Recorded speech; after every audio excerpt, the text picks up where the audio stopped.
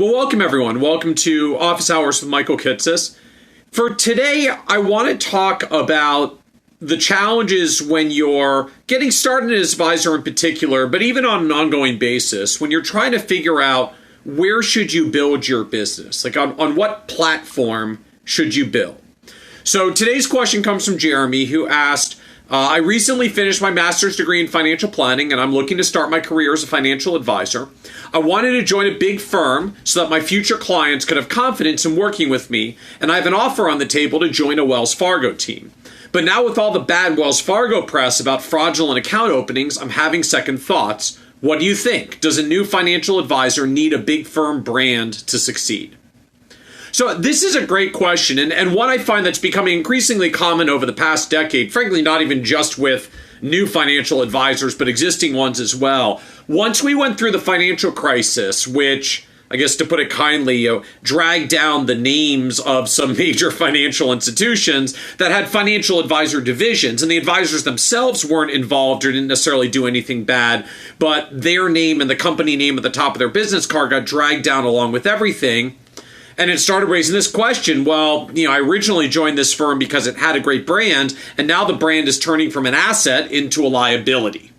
And we've seen this cycle occur a couple of times, and now it's certainly in vogue again with all the news around Wells Fargo. And I'm hearing from lots of Wells Fargo advisors now. They're asking this question, do I really still want to be affiliated with Wells Fargo because that brand isn't feeling like much of an asset these days?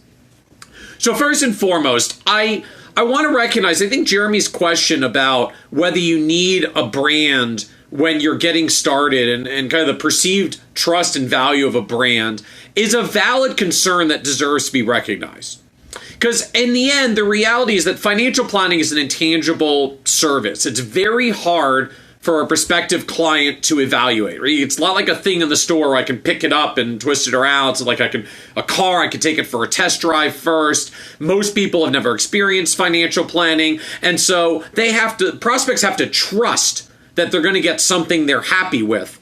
And what that means is when you're selling an intangible service like financial planning, people can't evaluate the financial planning itself.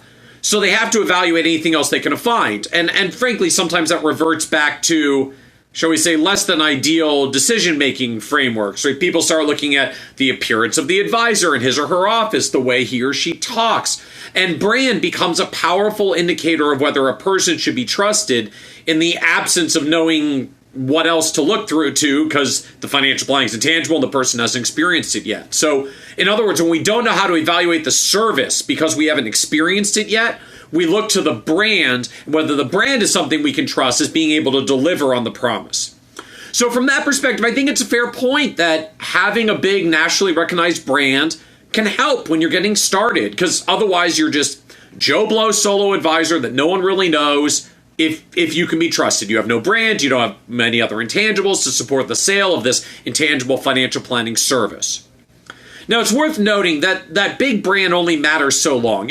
Your existing clients are going to trust you for you and not your brand. That's why even advisors at some of the big firms that had problems during the financial crisis still kept their clients. All the consumer surveys at the time basically showed clients saying, yeah, I'm not really sure about the firm anymore, but I like my advisor and I trust him or her.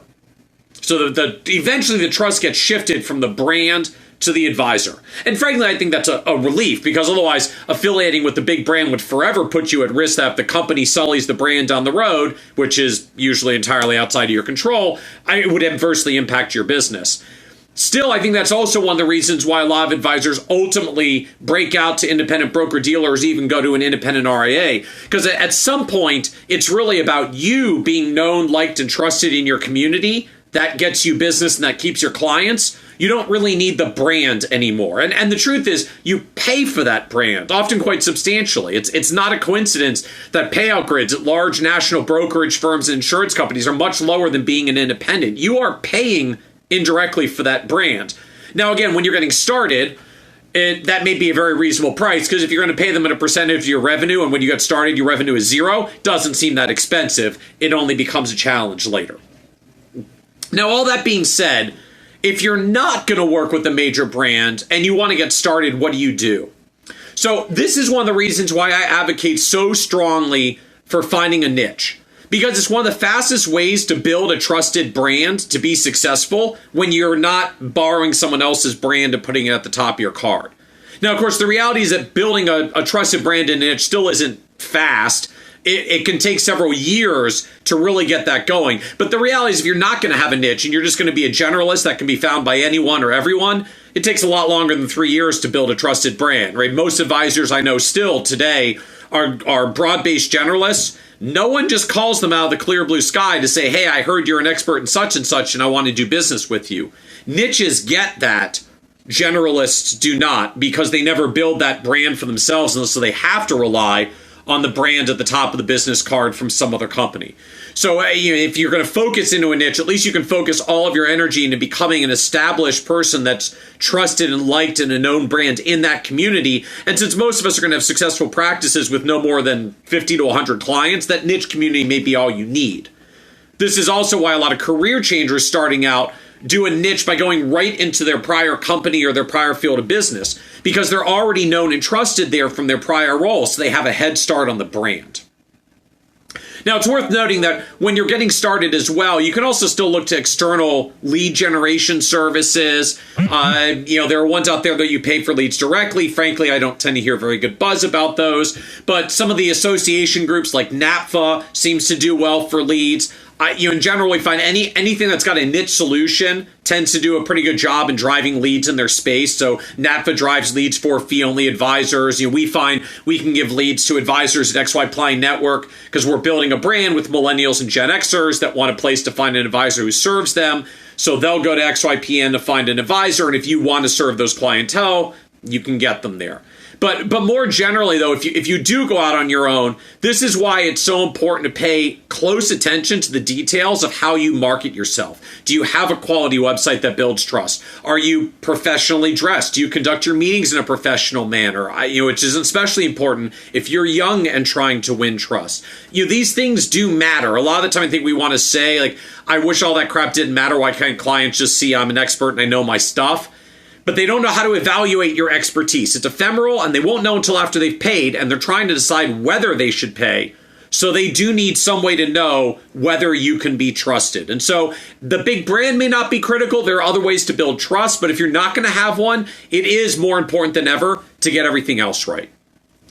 Now, the one last thing I want to note about how you build trust, particularly if you're not going to be affiliated directly with a big firm brand, is to look at how groups like independent RAs typically use third-party custodians. So companies like Schwab and Fidelity and TD Ameritrade.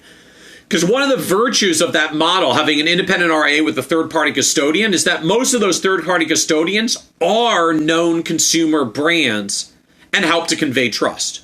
So in other words, you say to the client, we'll be working together for ongoing financial advice, but your assets will be kept safe at TD Ameritrade, a recognized independent custodian. You know their name from the TV commercials. They're a firm with retail branches across the country. So if you're ever not happy with me, your money is still safe and segregated, and you can walk into any branch and get help.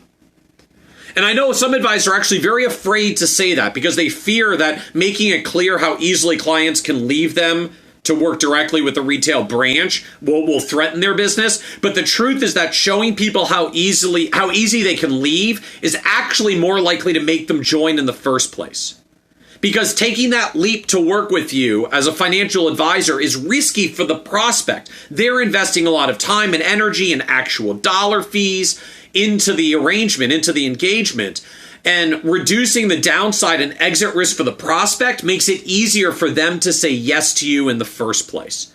And then once they do work with you, we know from all the industry benchmarking surveys that as long as you continue to service them well, virtually all of them will stay with you. But the bottom line here is just to recognize that having a big brand name at the top of your business card does help, but it's not crucial to starting out as an advisor. But if you're not going to go that route, you should have a plan about how you are going to accelerate the process of building trust, focusing into a niche, and establishing your own brand. The good news is you're going to free up some dollars to do that because you're going to get a much better payout or keep more of your revenue if you don't pay it to a national brand that you affiliate with. And recognize that you can have partners too, from RA custodians, third-party TAMPs, membership associations, advisor network groups. All of those can help shine a positive brand halo onto your business and help enhance trust when you're getting started. Recognizing you're a member of so-and-so or you work with this third-party group on your website really does help to validate trust. But the reality, again, is that in the long run, most successful advisors end up building a successful brand for themselves anyways, as they personally become known, liked, and trusted in their communities. So the challenge in the early years is real, and while a big brand firm isn't vital, and many eschew them precisely because they're afraid that today's good brand will be tomorrow's PR disaster, if you're not going to go the big firm route, at least be certain you have an alternative plan about how you're going to get the trust brand going. So I hope that helps a little, some food for thought. This is Office Hours with Michael Kitces, 1 p.m. East Coast times every Tuesday. Hope this has been helpful, and have a great day, everyone.